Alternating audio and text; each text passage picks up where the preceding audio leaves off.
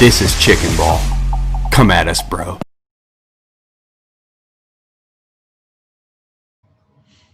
Welcome back to the Chicken Ball Pod, the worst show on the internet. I'm your host, Andrew, and we've got a great crew this week. What I would say if we actually had a great crew, but we do have three other show. Starting with our special guest, Ian. Ian, it's great to have you. Tell us why you are a long-standing, suffering Spurs fan. It's great to be on here. I follow you guys religiously and like to enjoy poking fun at Mort and Scott. I dealt with Mort for a long time. Met him when I moved back to Milwaukee a long time ago and joined Milwaukee Spurs. He's a big part of that. And then Scott and I play pro clubs together, and I mean that's just a small nightmare in itself. But Ian's a piece of shit. Scott gets pissed because he abuses the Y ball. He thinks every pass should be a through pass, regardless of where he is on the pitch. So we'll break that of him. But that's how Scott lives his life. Yeah, just through every time. Then you just hear. Trying to live just one step ahead at all times, man. Yeah, he's about 17 steps ahead of us, so we're pretty poor, to be honest, but we're working on it. But no, I've been a Spurs fan since I started watching football, and Dimitar Berbatov is kind of just my idol because of how he played. He was lazy as hell, but had the best first touch I've ever seen.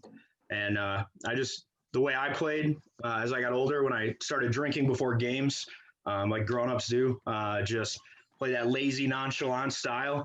And, it allowed me to, if I made a mistake, I was like, I'm not trying, even though I was really just doing my complete best. So I felt like he's my idol, and I was like, then I stuck with them. And then him and Scotty Parker, just loved him. Right, I've been here. Right on. Scotty Parker, the spin, the master of the spin that I love to use. Well, we had a game yesterday, a relatively slow-moving game, and more to start with you because I saw you tweet before the game, just around the lineup, that you were hoping to see an offensive lineup, take it to Burnley, score 4, 5, 6 goals. We got the exact opposite of that, and so the result was a 1-0 victory, which is all 3 points. But do you feel any different based on the result, based on what you wanted to see, or are you good with what we saw? I think if you, and I mean, this is so self-fulfilling because right before the match, I tweeted three things. Right? I said, one, I wanted to see a bit more of an offensive lineup because I felt that if you had a midfield of Højbjerg, Sissoko, and if we didn't have pace on the wings, it was going to slow us down. It's going to make us less creative and just that we were not going to look to threaten. That's one thing I said. The second thing I said is we would have needed Ndombele to really step up in that lineup and be the man who creates the chances. If we were going to score with that kind of a lineup, we needed Ndombele to really step up. And the last thing was I said we may need Lamela for a game like this. So completely self-fulfilling prophecy. We looked like shit in the first half, in my opinion. We had the most possession, but we never looked threatening. Burnley still looked like the better team in the first half, even though we possessed the ball vastly, more than they did. So that was one part, and that had a lot to do with the fact that you've got a defensive-minded midfield, which would be okay if you had pace on the wings. But you had both of our slower fullbacks out there, so we were not creating anything from within. We were too slow to really press them with those long balls, right? Like we were not able to outnumber them, and kind of create the overlaps and create the overload because we had no pace. So that was one part of it. But then in the second, and I mean, like along those lines, Ndombele just did not get going in the first half. He's great. I thought he played really well. He had a good match, but he did not. He was not that linchpin. He was not that world-class, opportunity chance creator we needed. He was not able to do that. Again, I don't think he had much help, but he was not able to break the deadlock. And then, of course, Lamela comes in, spins the game on his head. There was a question that somebody had asked on Twitter. Why put in Lamela and not Bale? And I think that's exactly why. Bale would have been a fairly close like-for-like replacement from Lucas as far as what those players offer. Obviously, I think Bale offers more, but that would have been a like-for-like replacement. We did not need more of the same. We needed something different. That's where Lamela comes into play, where even though he can play out on the right, he floats in. He loves the ball at his feet. He makes the defenses do weird shit. He confuses defenses, mostly because he's probably confused himself. Right? It's fucking Bambi with the ball at his feet. He has no clue what he's going to do next, but neither does the defense. And I think that's what he does, is he kind of creates that confusion. And that's what happened. We won that corner. He sends that ball in. Boom, boom, we score. I'm happy we got the 3 points. We had to get the 3 points. It would have been nice to get the 3 points by winning 6-0, but guess what? You win 1-0, you still got 3 points. So overall, Andrew, I was happy that we won. not necessarily happy with the way we played, but I'm ecstatic that there was a point in the game where we needed to change and we had enough depth and options to change. And I think that is so. Not happy with the way we played, very happy with the points, ecstatic about the fact that we were able to completely change our approach in the middle of the game due to our depth. Scott, Yeah, I think I was going to pivot to you anyways, but similar question Yeah, to you just in terms of what Mourinho put out there. Obviously Sissoko in the midfield with Højbjerg, obviously two guys that don't offer a ton going forward, but pretty steady in their roles. Like Mort said, two slower fullbacks, which obviously is a bit predictable. But what are your thoughts on the setup and how the game progressed? Yeah, I mean, I think the fullbacks actually made a lot of sense. I think we were going to go to a place where we were going to be vulnerable to getting poked or pinged on some bullshit. And I think Serge and Sergio both against West Ham, for example, I think I said this on our last show, for the last like 8 or 9 minutes, they were like wildly out of position. They were way too far forward, at a time where we were defending a large lead. And so if I'm Jose, I'm worried with those two on the field that I am going to get poked on a counter. And so I think the fullbacks make sense. I honestly think our game plan, this is going to sound really stupid, but I think our game plan was to go make sure we don't concede and like rely on Kane and Sonny to find a goal for us, which is like exactly what happened, just in my opinion, just a facet of the genius that is Jose Mourinho. And then you add to the fact that he's gone through these Premier League campaigns before and understands what it takes to just focus on winning every single match towards a title rather than the entire process itself. Again, a perfect example of what we saw at Turf Moor. Now, Ian, you can't possibly provide stupider analysis than either of the two preceding guys here, but I do want to ask you, because I saw somebody say on Twitter afterwards that they learned more watching Spurs in a narrow 1-0 victory than if Spurs had gone out and won 4-1, 5-1. What are your thoughts on that kind of a statement? Oh, I completely agree. I mean, I'm like this. Honestly, this game made me really happy because Mort and I at least have talked about how we haven't had any type of mentality or grit, and we've given up leads, and we like going into this, I old Spurs, I don't expect to win. Just because, when we play these guys before, like I honestly really liked the lineup. I thought that it was kind of just a complete counter to them and how they play, because they just ping balls in, and they don't have the quality, but they have just an absolutely physical, aggressive, violent team, which has kept them in the Prem for the last couple of years, and they're tough to play. So I think with having the defenders, or like the defensive-minded midfield that we did, and then putting Dyer in with Vertonghen was trying to beat out those air balls and just try to be more physical on the pitch. Slower fullbacks kept us from getting forward too much because we played these pinged in crosses for days, and you need like just a moment of brilliance. And so I think what the tactical decision was to just sit back, hold it, and then rely, like Scott said, on Kane and Son. And when that wasn't getting done, I was really hoping that neither of them was going to come off. Lucas was nice to come off, and I was happy to see Lamela come on, and I'm not Lamela's biggest fan. Because like Mort said, he's sporadic, and he's, I don't think anyone knows what the hell he's going to do, but he is that, that just reminder that he is an absolute dick on the pitch. And I love it though, because he comes in and is, just the slide tackle where he takes a dude out and then takes his water. Like that's just, that's a savage mentality that I'm kind of seeing us start to adapt, because we played physical. We got through the hump of just being beaten up, and then we started, settling in. We dominated the middle of the pitch, and we have that quality to get the win and then to hold it. And I haven't seen that in the last couple of years with Spurs. So this was honestly, for me, I thought they played great. I thought it was a great result, and I thought that it's just kind of the building of the fact that, we don't have to go out there and score, 4 or 5 goals to win a match anymore. We have that strength and that pursuit of just the game plan to actually believe in it. So I thought it was great. Yeah, and I'm going to stick with you for a second, because it's so rare that I actually get to have intelligent adult conversation on this show. So I want to stick here. Now, there's nobody who has less faith in Davinson Sanchez than I do. And so not only was he not in the starting 11, he wasn't actually in the squad. Do you think that paid dividends, having Dyer come in to deal with, the balls that Burnley wanted to put in? I honestly, we need to remember though, Davinson Sanchez is a clinical finisher in front of goal. You know, you take that how you want, but he is damn good at heading the ball into the net. Top I corner. like his exactly. I like his physicality. I like him. I think there's a lot of potential there. And I've never been a Dyer fan either, but like just Dyer coming in and being how he's played recently. I'm a big fan of Vertonghen being there because I think he is the guy who marshals. Stop saying Vertonghen. You mean Alderweireld. Alderweireld, yes. Same person.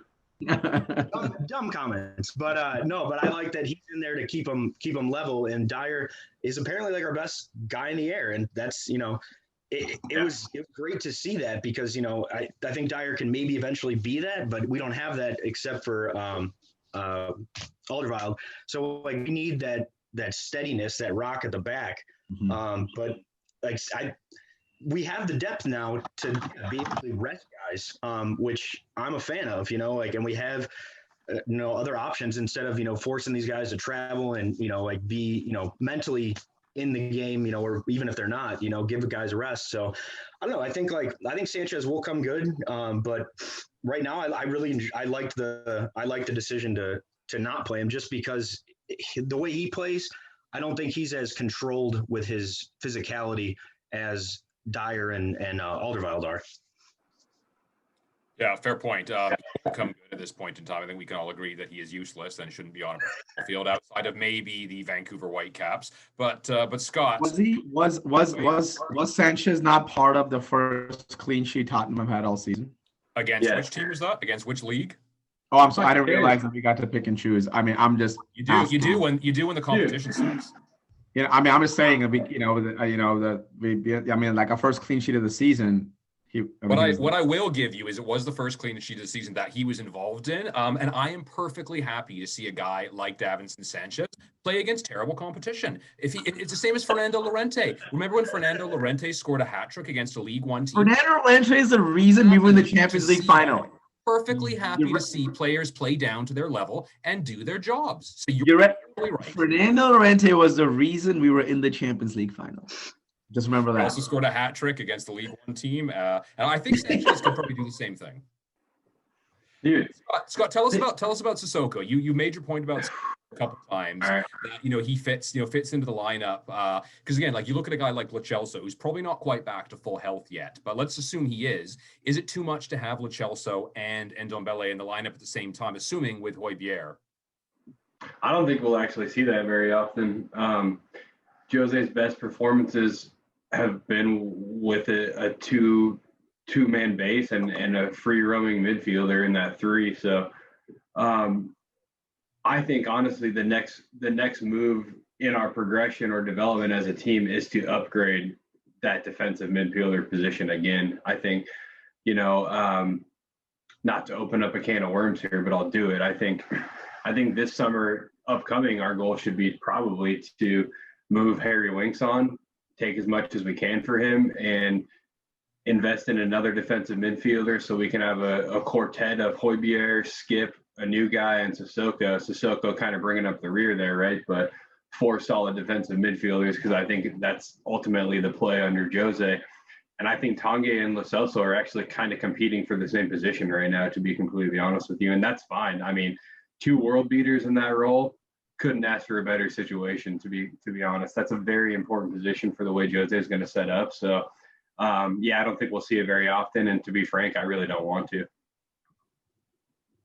Mort, your rebuttal. I don't need one. I mean, just fucking play that on loop, and you'll see how stupid that is. Like, I mean, some of what he says is fine, but I mean, I don't even know where to start with this. Like, because I'm right, and you're like, well, I guess I just can say I agree, but that's not good for a podcast. I don't have a beer with me today. I was like, I have to do some work tonight, so I was like, well, I'm not gonna drink, so I can focus on work. But now I fucking wish I would have taken half the bottle of whiskey that's sitting in my cabinet right now. Like we don't. Our next upgrade needs to come on defense. They don't need to come in midfield. We have seen what Sissoko can do in that defensive mid role. That's exactly where his career is transitioning to. He's organically moving into that role. Harry Winks is not a midfielder. Harry Winks, is somebody you can bring in as a game changer, somebody you can hold, somebody you can pass. There's a reason that the guy has like the most completed pass percentage out of any of our players.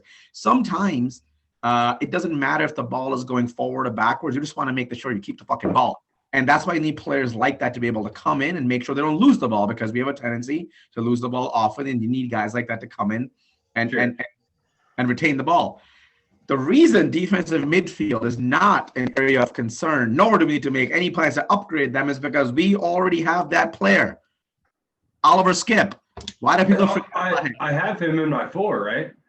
The reason I say move Winks on is I just don't think the two types of midfielders we need are going to be a sitting holder, a stopper, or somebody who can do what Tanguy and Gio does. And I think I like how you said that two types of midfielders we need, then you name 3, and you wonder why I have a hard time like rebutting what you say, right? No. That's why I said we need to buy someone else, man. Come on, like keep up with this. Like we have Højbjerg, we have Sissoko, we have Skip, and we have Winks, and Winks just can't quite do what the other 3 can in that role. So the other 3 can't do quite what Winks can, because he again has the highest pass percentage of any of those players. He knows how to pick up the ball. Winks is a great player. If you're up 3-0 against West Ham, what do you need to do? You need to keep the ball away from them.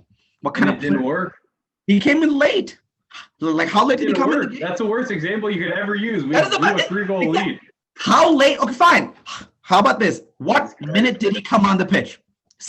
Scotty, go. Let's see how smart you are. When did I fucking know? I know you don't fucking know, because you don't fucking know this shit. That's my whole fucking point. That's why I'm all the time arguing with you, because you don't know what the fuck you're talking about half the time. Dude, we can all fucking use Google. Like, that's fine. But my point here is, like, whatever minute he was brought on, it was before we conceded the 3rd goal.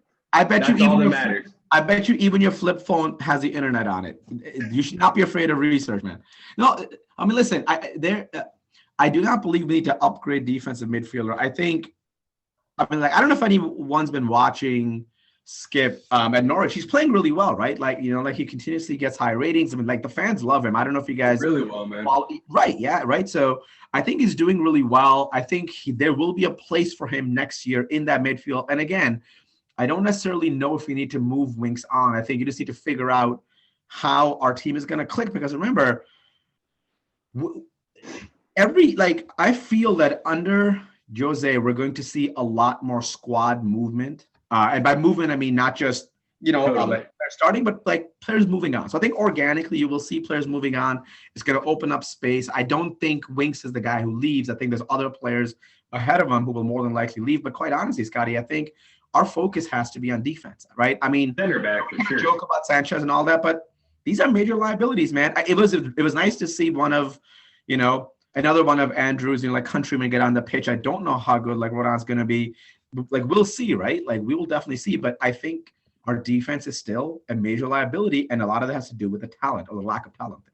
Dude, you're never going to get an argument for me that center back's a major focus for us. And maybe I say the word upgrade, like we don't need to buy someone for that position, but I would love to like improve on what we have. And so maybe that's where I say, like, again, I really like Winks, man, and I would love for him to be around to be a squad player and start Europa games and be there in the Premier League. But like, I also think like in terms of funds and things like that, he's someone that we can upgrade based on the way we play. Center back is a must, man, and I'm really excited to see what happens with Rodon.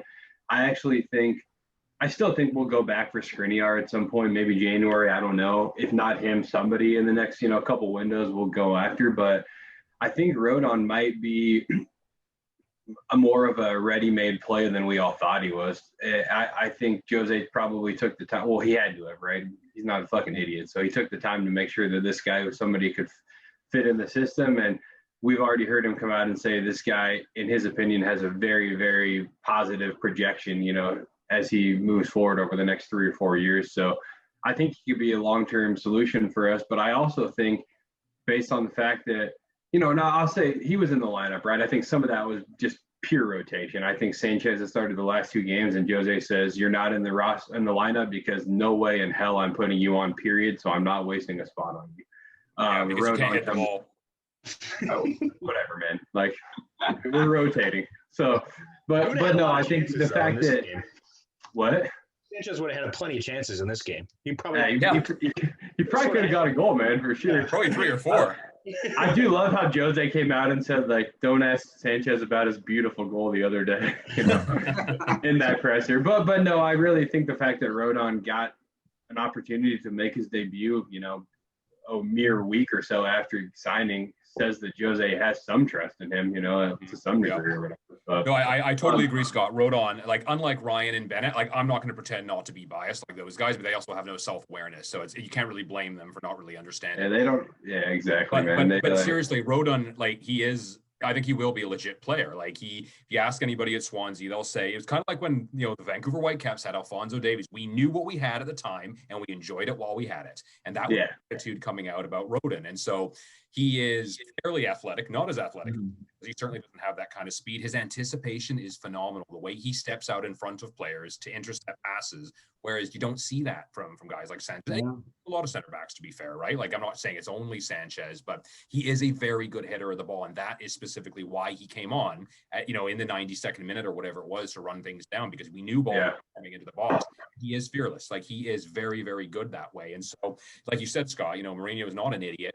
He's not like Pochettino wasting $42 million on Davinson Sanchez and setting us back 3 or 4 years. Like, he's picking good players at a good value who he knows can make a difference immediately. Ian, we kind of taken you out for a while here, but I want to get see how you're vibing. How you doing here? I know this pod is pretty bad, but what are you feeling so far? Oh, it's good. I have to deal with Scott's bullshit playing FIFA, so I'm used to it. And then Mort and I always go at it anyway on all sorts of shit. So it's been good. It's a par for the course. Yeah, I honestly haven't watched a single minute or second of Rodon playing because I didn't want to have any expectations of good or bad. I was kind of just let's see what it is. Trust. I've been a big trust Jose guy. He's done it everywhere, so I'm like, let's trust him.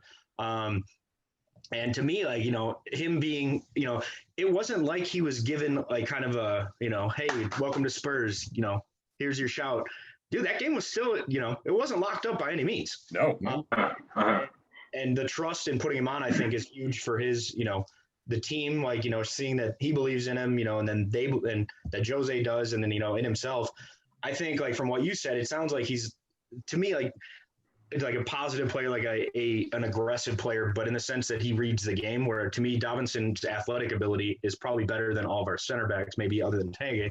But he's, to me, reactive. Like, that's how he plays. He reacts to most things. And he saves himself a lot by being so athletic, but he also screws himself because he doesn't read the game as well. So if this kid can do, be less athletic but more aggressive and read the game, I'm about it. And he just had a birthday 2 days ago or something. He just turned 24. So he's, he should have a high ceiling. But if he's ready made, he stepping in here shows that we've got confidence in him, and I like that. Yep. Well said. Yeah.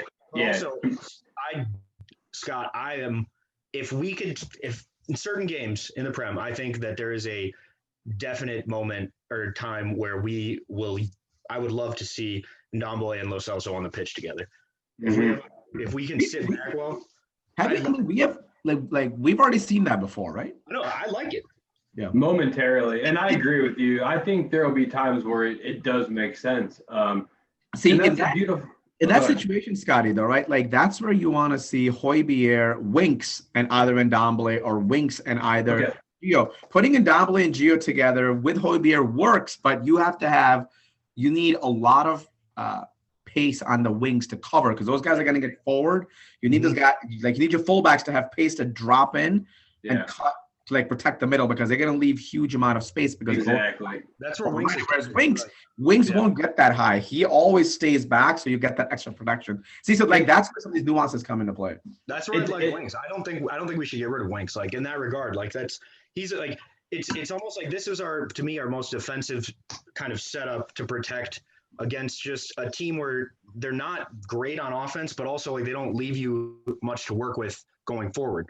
So we step back with two defensive-minded mids. But as we go progressively forward in teams where we're going to have space and we need to move the ball better, Sissoko's a waste. Winks is what this reminds me of, Ian? This reminds me of that conversation we had on GroupMe where I was getting fucking livid because people were trying to sell Aurier. It's like we've been begging for this. To Yeah. have a squad with this kind of depth where you have those individual talented players that can come in on based on different circumstances and do exactly what you're trying to execute tactically. We are finally at that point, and you got fucking Scotty here trying to sell players already, and you've got other people, on our message thread trying to sell Serge Aurier. Like why? Why can't we just keep upgrade a guy, but there's no need to get rid of him. So it's just I feel like we need to keep building, and I think we're on the right track. So no, don't get rid of everyone. In January, right? Do you want to sell anyone in January, or do you want to buy someone in January, right? Things like that, right? So I think we just gotta. Listen, we've got a really fun stretch of matches coming up. Our next 4 matches, I think, are all winnable matches. I'd be disappointed if we didn't keep 4 clean sheets in a row ultimately. But after that, man, it gets terrible. Right? You go from November through almost January, right? I think what is it like? It's something like City, Liverpool, Arsenal. I think so it's something right up there with that. It is. Yeah. Yes. But here we go, right? So we've got Antwerp, which Scotty will talk about it in a minute. But then we got Brighton at home. I guess whatever, doesn't matter. Then we go away to Ludogorets. Then we go away to West Brom. Then it's the international break, and here you go. You've got City, then you got Ludogorets, Chelsea, Lask, Arsenal, Royal Antwerp, and then Palace. So in the league, City, Chelsea, Arsenal, Palace, followed by, again, in the league, Liverpool, Leicester, Wolves. Oh yeah, that fucking sucks, man. Look at that. That fucking sucks. That's ridiculous. What the fuck? City, Chelsea, Arsenal, Palace, Liverpool, Leicester, Stoke, Wolves. That is fucked. That's fucked up. We got fucked. We got fucked, man. What the fuck? Fuck that. And then it's fucking Fulham and Leeds. So it's all the Boxing Day is Wolves. So I guess that'll be kind of fun. But still, the biggest thing. Yeah, we've got to make sure we capture points early in Europa, so that way when we're in the thick of that stretch and we do need to throw out a dud lineup, we can do that, and just put ourselves in a position where a point or even no points isn't going to put us in a terrible spot. So I think the early matches are important for Europa League, but at the same time, we're going to have depth that we're just not used to having too. So I think as Spurs fans, we do have to trust in the fact that we've almost rotated aside fully from Europa League to Premier League and put out a good performance when doing so. So I think we'll be okay, but that's a tough stretch. Scott, that transitions perfectly into, the game coming up with Antwerp. First in the Belgian league, our second match in Europa now. Probably going to be a pretty stiff test of competition compared to Lask from the Austrian league that we played last week. But what are you expecting to see this game? It was a rotated lineup last time. We saw Winks come in. We saw Bale make his debut. Bergwijn was in the lineup. What are you expecting to see this time? I assume you're expecting to see a strong lineup once again. Definitely. So Antwerp, they are number 1 in their league right now, playing really good football. I think their last 5 games are 4 wins and a draw. The interesting thing, based on, I'm not going to sit here and act like I'm an expert, right? But I have done at least some research to be prepared to speak on these guys, and they're definitely going to set up in a back 3-5-2 for sure. And so I think we're going to have to look to expose them on the wings, which shouldn't be a problem for us. I think Bergwijn will get minutes for sure. I think Bale will start too. I really do, and I don't know how long Bale plays again. I think that's more of a fitness thing than an ability or skill set thing, right? But I think Bale and Bergwijn do get the start alongside Vinicius, because I think we can carve him up that back 3 if we play our cards right. We're also going to have to make sure that we are strong in the midfield, because they are going to line up with at least 3 guys in the midfield and then 2 wide mid, so they'll be stacked.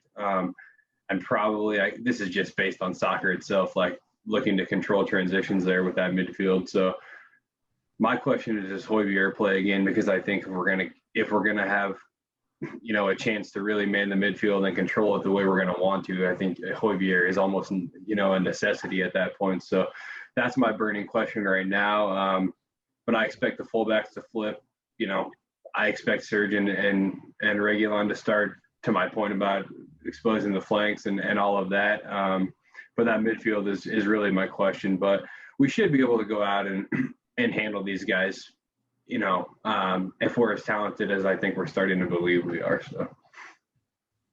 Yeah, no, I think you raised a really good point about who is in the midfield, because that would be what I think would be his third or fourth straight game starting Højbjerg. It would be, yeah. Exactly. And he's obviously been a linchpin there. So I'll go to you, Ian. If we decide that Højbjerg has to sit, who comes in for him? Is it just a straight replacement with Winks? What do you expect to see?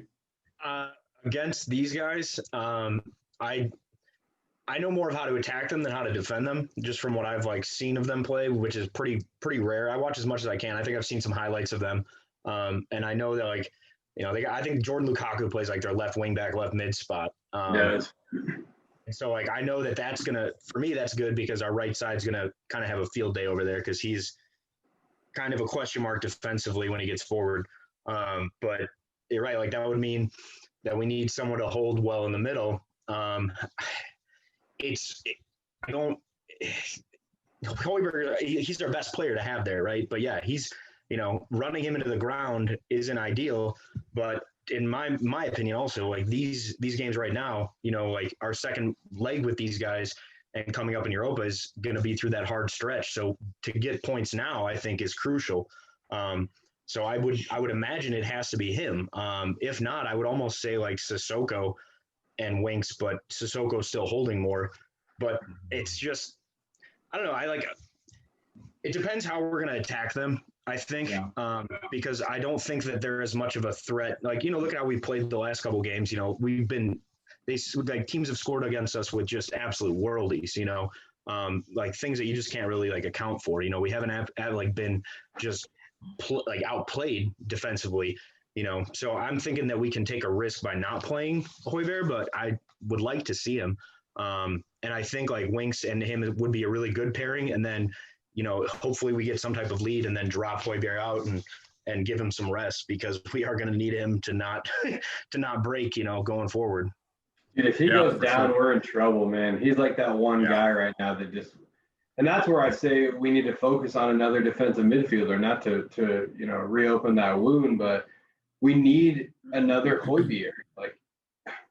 How can you laugh and disagree, Mort? We're literally just talking about how the guy's gonna have to play. What do you want to do? You want to who are you gonna sign? I don't fucking know. That's not my job. Fair point. Fair is fair. Mort. The fact that it took us 2 weeks to get you to bookmark a fucking link, Scotty, I don't know what your job. I don't know who employs you these days. I mean, yeah, we're not gonna get into that. Whatever fucking community outreach program you're a product of. I mean, God bless, man. That's awesome.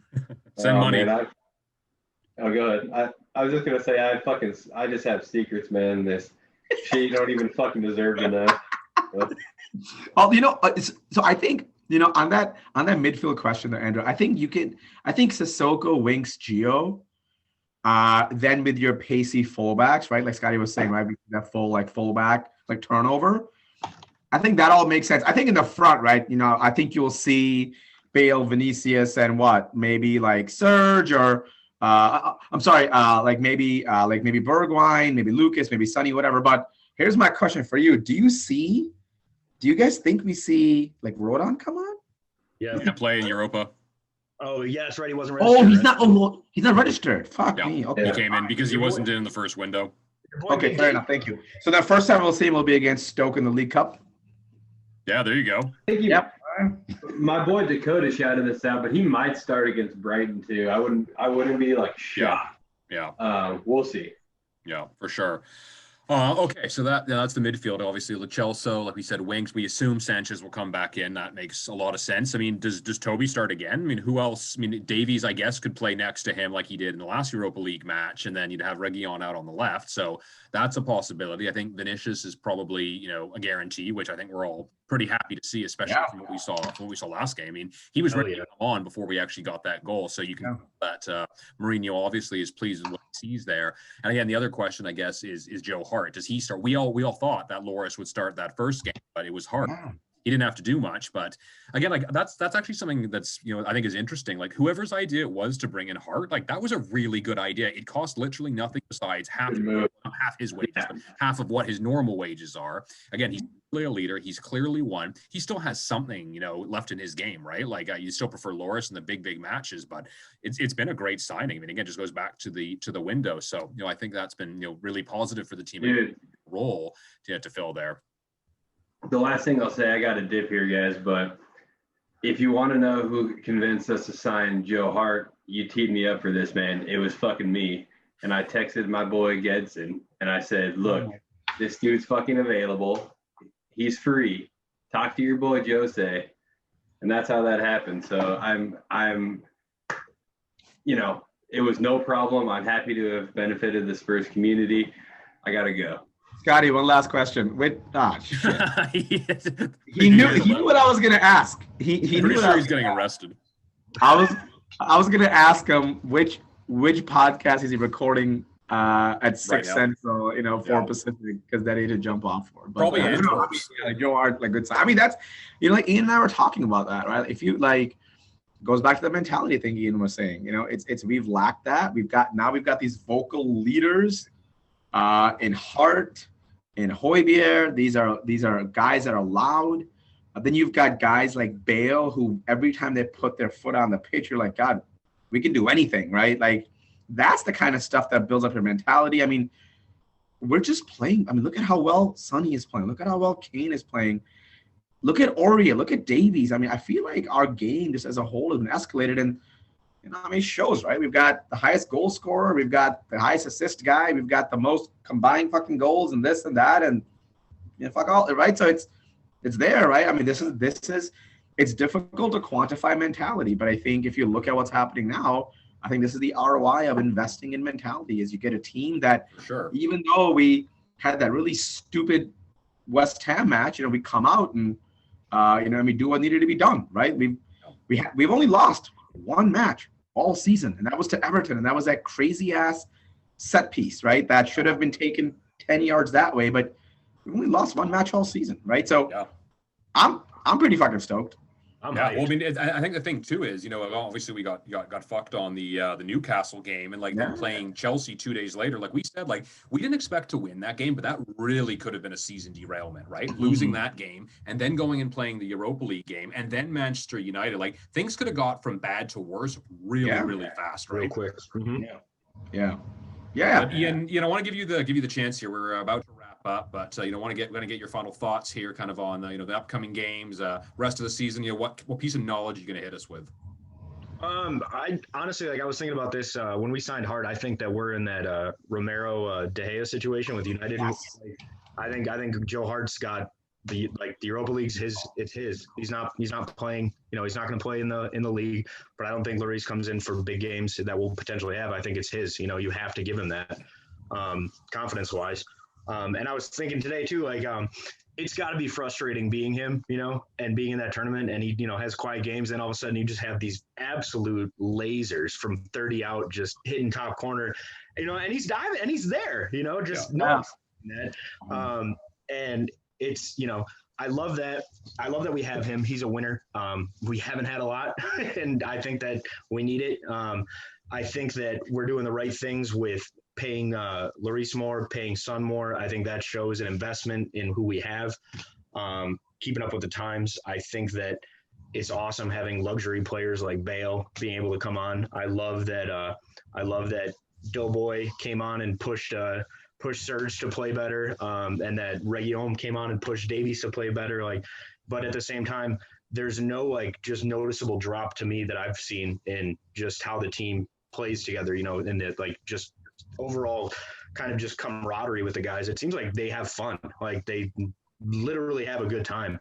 From all the videos that I see, they're always laughing and joking around, which is, what I was kind of worried about just with competition coming in, that would be an issue. And it just seems like, if anything, these guys gel, which is great because these hard matches, after losing that 3-goal lead, you kind of expect, just some type of just reaction negatively in the way they play. And I think they're just responding well. That's why I love this game coming up.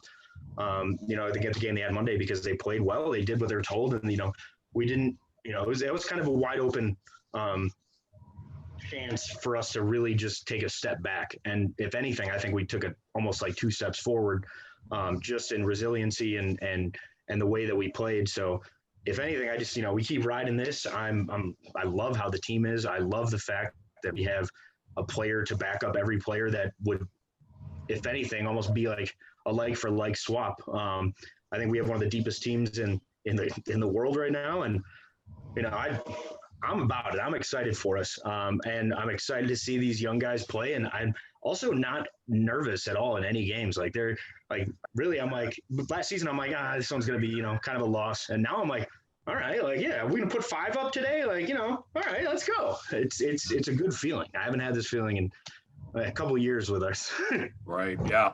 Well, I mean, in closing, Ian, great to have you on here. Like, if you ever want to take over Scott or Bennett's spot, because, they're the positive guys on the pod, but like, it's nice to have a positive attitude that isn't based in stupidity as well, right? Like, it's based on facts, like it's based on evaluation and analysis. So we always welcome that kind of footprint. I appreciate it because I hear just negativity from Mort all the time. So him Me and I too. are always For sure. I hate it. Yeah, but for sure. Mort, what's your hot take? What's your closing note? What are you gonna hit us with? I think hot take is if Christian Eriksen's available in January, there's no harm in making a play for that, especially if it's financially feasible.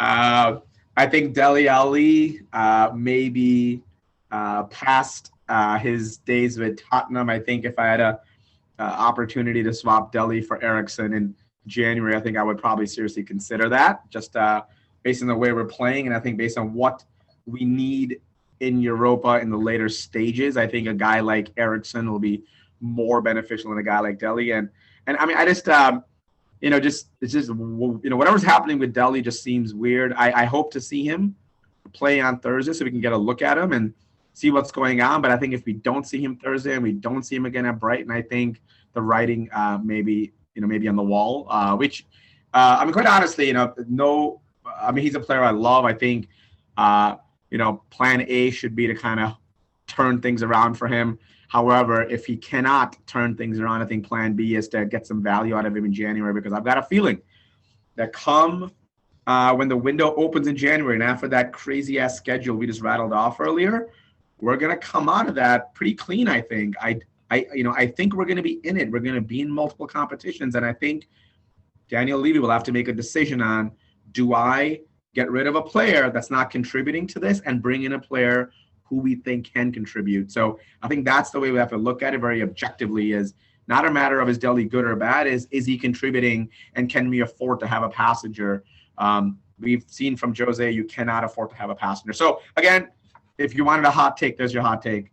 But again, Ian, good seeing you, brother. Nice having you. And Andrew's right. I think you add a little bit of intelligence to this pod.